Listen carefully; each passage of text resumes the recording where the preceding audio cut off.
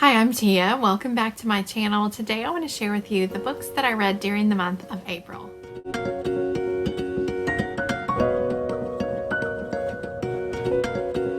April was a bit of a mixed bag for me. I definitely had some 5-star reads, but then I also had at least 2 books that I didn't really enjoy very much, and then some books that were more middle of the road. I feel like most of my reads this month were just sort of in the middle. Yeah, so I am going to have to talk about some books that I didn't enjoy, which always makes me feel uncomfortable. And I don't know, I would like to hear from you if you like to hear about the books that I didn't enjoy, or if you prefer for me just to keep wrap-ups with the books that I did enjoy. I don't know. I always get so uncomfortable talking about books that I didn't like. So yeah, here we go. I'm going to start with the books that I enjoyed the least and work my way up to the top so we can end the video on a high note. The first book that I did not enjoy this month, unfortunately, was The Sign of Four. This is the second Sherlock Holmes book, and it's by Arthur Conan Doyle. I have these books in a big bind up, but I ended up reading this one through my library ebook. This book is obviously another, mystery following Sherlock Holmes. At the beginning of this book, he is very bored because he doesn't have anything going on to occupy his mind. So we open with him taking cocaine until he gets this case that's brought to him by Miss Mary Morstan, which was probably the most interesting part of the book, is that Mary was introduced, which, if you know Sherlock Holmes movies and the TV show, then you have probably heard about Mary and who she becomes later on in the series. So that was interesting to see her introduction.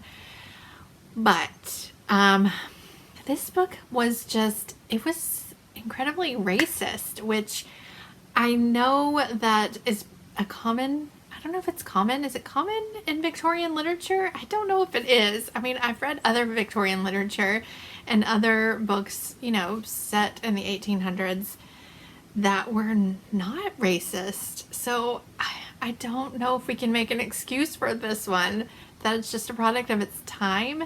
I don't know. I know this is just a whole nother can of worms and a whole nother topic about racism and, books from the past. But yeah, this book was really, really racist and also pretty ableist and sexist, all the ists, okay? And it was also boring. I mean, the mystery was a little bit boring, confusing, hard to follow. It just wasn't that great. And my problem with these is that I want to love the Sherlock Holmes books. I've always wanted to read them. I've seen adaptations. I've grown up, knowing who Sherlock Holmes was. And so I've always wanted to love the books and then move on and read all the retellings that I own.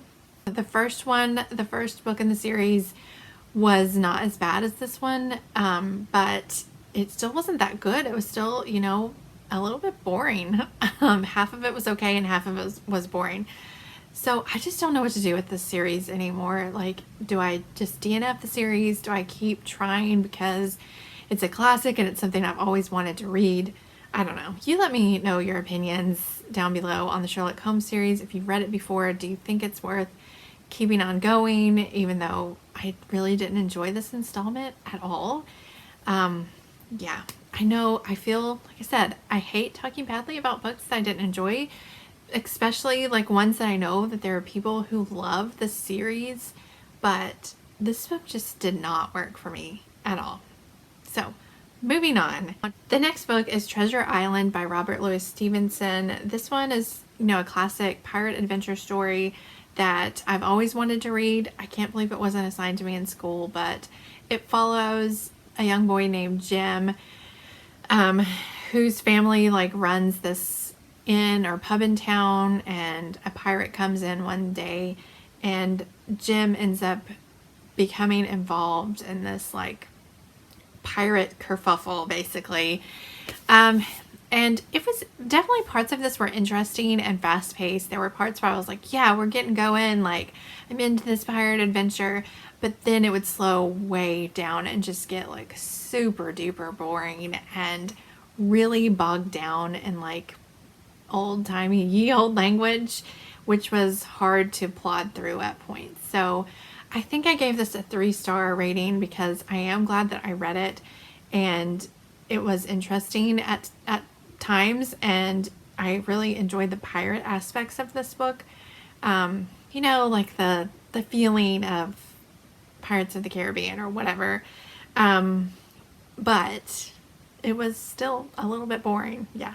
And I am interested in reading other pirate stories. So if you have other pirate stories that you can recommend to me that are a little bit more engaging than this one, oh, I feel so blasphemous.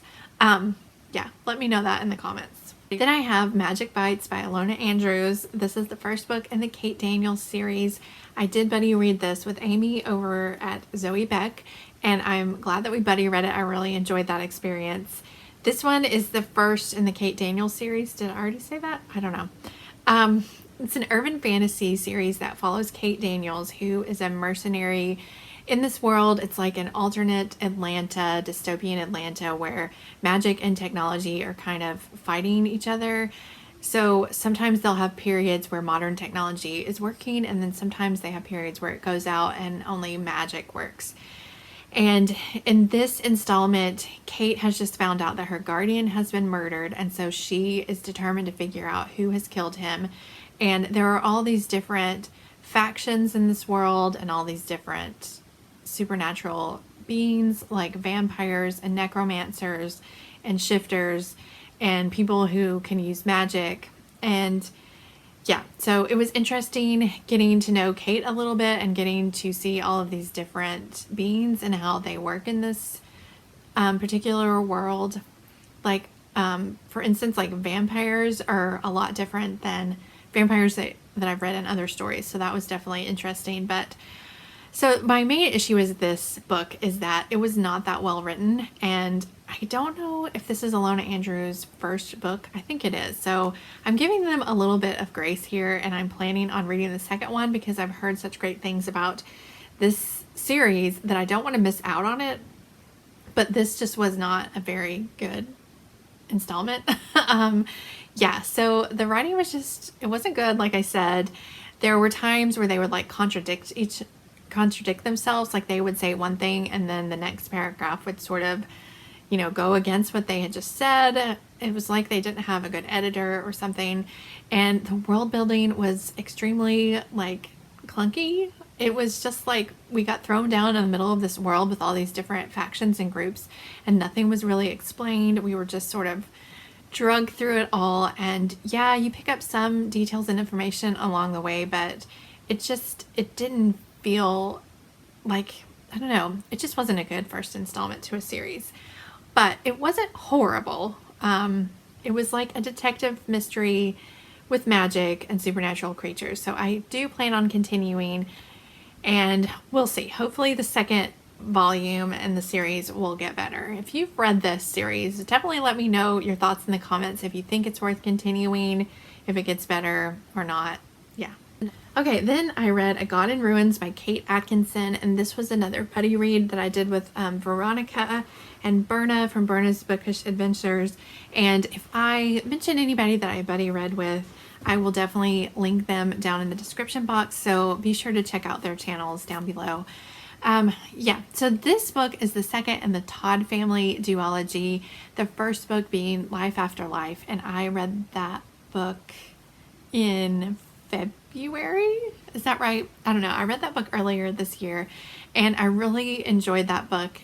That book is about Ursula Todd, and she is destined to live her life over and over.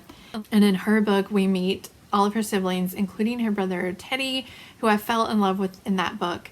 And so this book promised to be Teddy's story, and I was really excited about reading it because I enjoyed Teddy so much in Life After Life. To cut to the chase, I did not enjoy this book as much as I enjoyed Life After Life.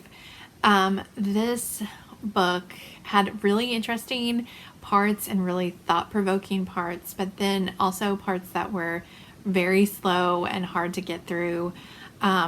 There were a lot of complex characters in here. Teddy and his wife and his daughter and his grandchildren all were really complex characters who had a lot going on, and they were interesting to get to know and figure out why they were the way that they were. But there were just some decisions made along the way that didn't sit right with me, that made it not be as enjoyable as Life After Life. The writing, Kate Atkinson is an amazing writer. I think that she set out to do something really different with these two books in this duology, and I think that she did a fantastic job. I think if you enjoyed Life After Life, I would definitely give this one a try. I think that Kate Atkinson's writing is definitely on par with that book. This one is sort of written in that same style. While Teddy doesn't live his life over and over, this does jump back and forth to different parts of his life, like while he was in World War II, and then while he's like an elderly man, then back to when he was like in the war, and then when he's raising his daughter, and then when he's with his grandchildren. It jumps back and forth a lot. So it is sort of written similarly to Life After Life, maybe to go with that book better, I guess. But yeah, it was a good read. It just wasn't great like I felt about Life After Life. Next I have Where the Stars Meet the Sea by Heidi Kimball. And honestly, I don't know. I'm having a hard time putting these in order. So these are kind of a toss-up here about which one should be in order of enjoyability. But this is a historical romance novel, a Regency romance that does not have any sex or anything in it. So if you're looking for something that doesn't have sex, I would recommend this one. If something that doesn't have sex in it turns you off, then maybe avoid this one. And the thing, I don't really like to call things a clean romance, but I don't know what else to call something that doesn't have sex, like a closed door. But it wasn't even closed door, because there wasn't even a time when they were going to go close the door to do something. There was none of that. It was like a slow build up, proper romance. I don't know how to explain it. So this book follows Juliet, who is really looking forward to her 21st birthday, where she can claim her inheritance and sort of take over the guardianship of her younger brother. But until then, she is under the thumb of her aunt, and her aunt has definite ideas about what she wants Juliet's life to be like. And Juliet and her aunt don't really see eye to eye. At the opening of this book, they're at a house party at the Duke of Halstead, because like her cousin is trying to make a match with the Duke's sister. And so yeah, the Duke of Halstead ends up being like this really grumpy character who I really liked him. I don't know, do I love grumpy characters? In real life, I don't like grumpy people, but in books, there's just something about a grumpy character. Hair in my mouth. Yeah, but in books, there's just something about a grumpy hero sometimes who you can tell has like a softie at heart. There's just something enjoyable about that. So I did enjoy reading their story, and I enjoyed their slow build of a romance and the tension between the two of them. But I think that this book is not that memorable overall. Like, it was enjoyable while I was reading it, but I don't know, it's just not one that sticks out in my mind as like a favorite, if that makes sense. But it is fun and fluffy, and it was cute. It just wasn't like a 5-star Regency romance. Then I have D is for Deadbeat by Sue Grafton. So this is the 4th book in the Kinsey Malone series, and like I've said before in my other videos this year, Kinsey Malone is a private detective who works in Santa Teresa, California, which is a fictional place that's supposed to mirror Santa Barbara, California. In this installment, a man walks into Kinsey's office wanting her to give a cashier's check, to deliver a cashier's check to this 15-year-old boy. The cashier's check is like for $25,000. And so she feels a little bit iffy about it, but she agrees to do it because he, gives her a check for her services or whatever. But then he like disappears. She can't find the boy that she's supposed to deliver the money to. And anyway, so as all of these do, it turns into a murder mystery. Someone is murdered, and Kinsey is, on the case trying to figure out exactly what has happened. This one I did not enjoy as much as the first 3. I don't know why, if I was just like in a funky mood in April or what, but I just didn't feel like there was enough Santa Barbara. There wasn't enough atmosphere. there just was something missing in this one. It just wasn't as charming as the first three. So yeah, I still enjoyed it. I still enjoy reading about Kinsey. I am looking forward to reading the 5th book, hopefully in May. We'll see if I get to that in May. But I'm definitely continuing on with the series. Okay, then I have Lost Among the Living by Simone St. James. I buddy read this with Kelly from Cozy Reader Kelly. This one is a historical fiction book that involves ghosts, which is what Simone St. James does in all of her stories. So this one takes place in England in 1921, and it's following a young woman named Jo Manders, whose husband has disappeared during the war, and she's thinking that he's dead. He's been gone for like 3 years. So she ends up taking a job with his aunt as her personal assistant. And at the beginning of the book, she and her husband's aunt are finally returning home from being on the continent, buying different art and relics and stuff like that. And so when she returns to this big manor, it's really creepy, and she finds out that there's a history there and something has happened with this family. She realizes she hasn't been told everything about her husband's family. And yeah, stuff just goes from there. There's always a ghost in Simone St. James books, so that's not a spoiler, I don't think. And this one was interesting and creepy, and it wasn't as scary, I don't think, as the other ones of hers that I've read previously. It was much more light on the ghost. It was like ghost light. So if that is something that scares you, but you've been wanting to try Simone St. James, this might be a good entry point to her books. There was a teeny tiny romance in here. I don't think that it was like a fantastic romance, but it wasn't terrible. There's not a lot to say about this one. I mean, Simone St. James, historical fiction with ghosts. It wasn't the best Simone St. James book that I've read, but if you are a Simone St. James fan, then you would probably enjoy this one, and I would recommend you check it out. And then I read Front Desk by Kelly Yang, and this one is a middle grade contemporary book that takes place in California. It's following Mia and her parents, who have recently immigrated from China to the United States, and her parents are having a struggle trying to find a place to work that pays them enough in order to be able to provide for themselves and Mia. And they end up finding a job at this hotel where they basically are like the managers of the hotel, and Mia, to help out, decides to run the front desk as best as she can. This book deals a lot with racism and what it's like to be an immigrant to the United States, and what it's like to be poor in the United States, and Mia, the prejudices that she deals with from society and from her classmates. And it was very thought-provoking, a very interesting read. It had a lot of heart. I really enjoyed Mia.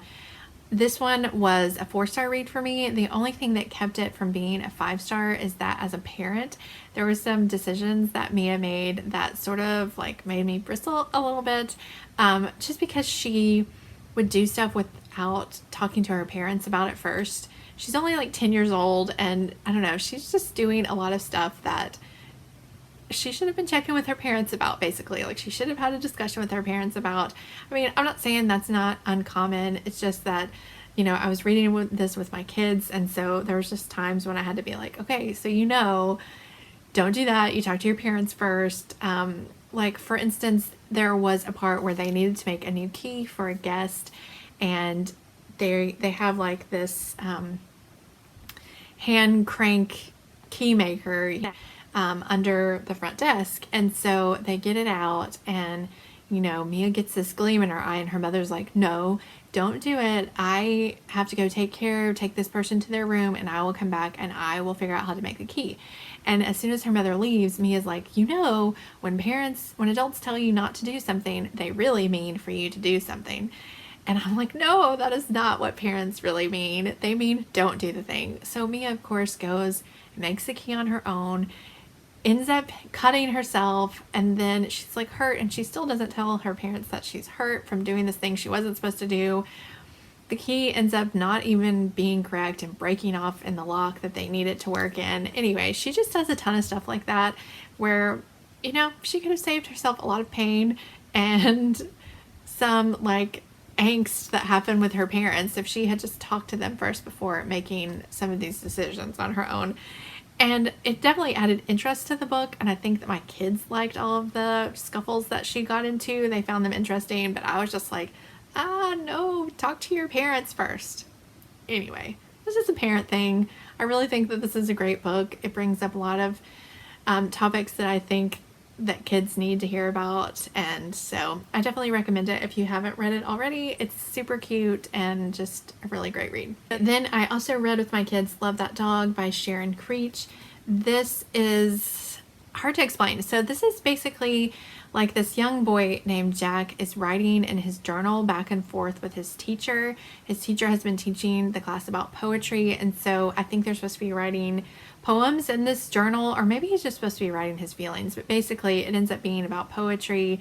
And so you never get to see his teacher's thoughts, you just get to hear what Jack is writing back and forth to her, and it was just super cute. My kids loved it. There was some examples of poetry in here that we were able to talk about and get them to do some poetry writing as well. And so yeah, I'm looking forward to reading the next one. I think it's called Hate That Cat, and this is a really short, quick read, and I think that kids will love it. Next, I read Prince Caspian by C.S. Lewis, and I gave this one 5 stars as well. This is, I'm not sure what number in the Chronicles of Narnia, but this one is where the kids, the siblings come back from our world back to Narnia, and they end up meeting Prince Caspian. Prince Caspian is like in the line of kings who have taken over since the Pevensey children have been missing for like the last 100 years. And so Prince Caspian's uncle is kind of set out to kill him because he wants the throne. He doesn't want Caspian to take over. And so Prince Caspian needs the help of the Pevensey children and Aslan in order to claim his rightful throne. And this one was just a lot of fun. I really loved it. I enjoyed getting to know Prince Caspian and seeing all of the new characters in this book. And I haven't actually watched this movie yet, so I really need to rectify that. But yeah, it was just another great magical installment in the Chronicles of Narnia. I think this one is probably my second favorite after The Lion, the Witch, and the Wardrobe. I don't know. I guess at the end I'll need to think about all of them, but this one was a really great installment in the series. Then my last 2 5-star reads, I don't know which one I like the best, so I'm having a hard time picking. So these are interchangeable basically, but I read Where the Mountain Meets the Moon by Grace Lynn this month with my older daughter, and we both loved this book so much. This is about a little girl named Min Lee who lives in the valley of Fruitless Mountain, and her and her parents, they work in the fields all day, just barely getting by, just barely getting enough food to eat. And she hears her mother all the time talking about, how she wishes they had more, how they barely have enough. And so Min Lee wants to try and change their fate, so she goes off on this journey to meet the Old Man in the Moon. And it's just this magical story. It's like a mix of fantasy and fairy tale, and the author, she has like a note at the end where she talks about how she sort of meshed together some Chinese folklore with her own like imaginings and came up with this story.